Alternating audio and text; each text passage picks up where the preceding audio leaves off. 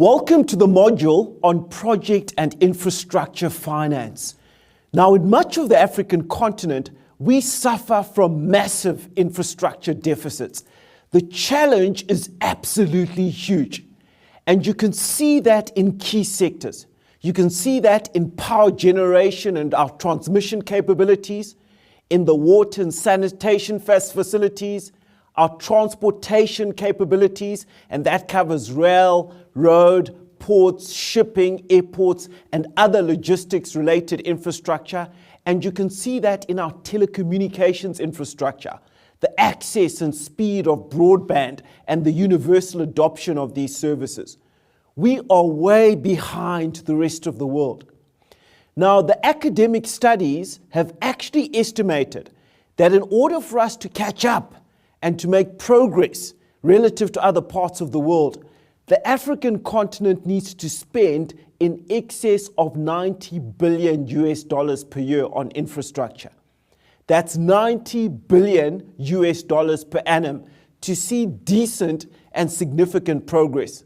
Now, the really strange and interesting thing is that in most parts of the world, ongoing investment in new infrastructure or simply extensions of existing infrastructure is being funded by way of project finance. Yet on our continent, capital flowing into infrastructure investments are less than 3% of international project finance flows.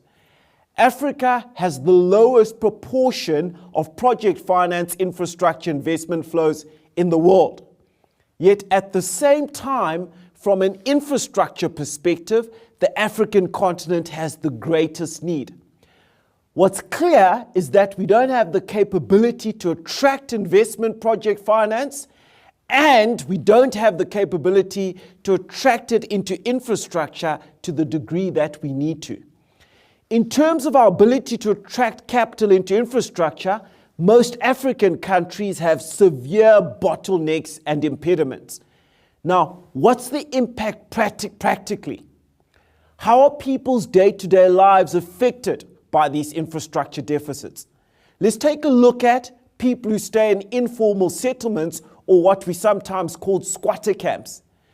These folks effectively live in shacks that they've built for themselves. Every year during the winter months, because these people don't have electricity, they use traditional wooden fires or paraffin stoves to cook and to stay warm. And every single year, we have massive outbreaks of fires in these informal settlements. People die. Children are severely burnt. The poorest people who live in these camps suffer the loss of all they have worked for in terms of their belongings going up in smoke. Kids can't study at night. So whereas you and I can work till 2 or 3 in the morning quite comfortably, in these impoverished communities with limited infrastructure, these kids have to study using candlelight.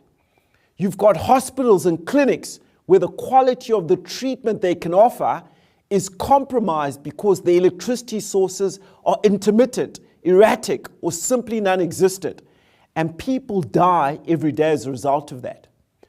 Ordinary people who want to start a business or to grow their existing business have to surmount huge hurdles. It's bloody difficult to do businesses in these circumstances because things like sending an email to a potential customer require massive investment. And large multinationals with the capital and the expertise to invest in new infrastructure, including in things like manufacturing, will simply not establish their plants on the African continent because in their view, it's just too difficult to do business here.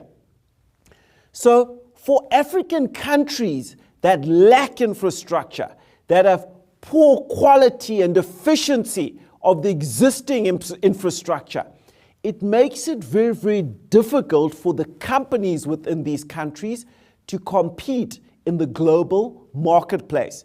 It dramatically pushes up their costs and it makes them globally uncompetitive. And even with trade between African countries, poor infrastructure makes it very, very difficult. Fundamentally, if as a country and as a continent who have huge infrastructure deficits. We suffer huge barriers to socio-economic development, and there are huge hurdles to achieve rapid economic growth. Those are the challenges we face as a continent. So what this module intends to do is to explore how we can use project finance to address these challenges.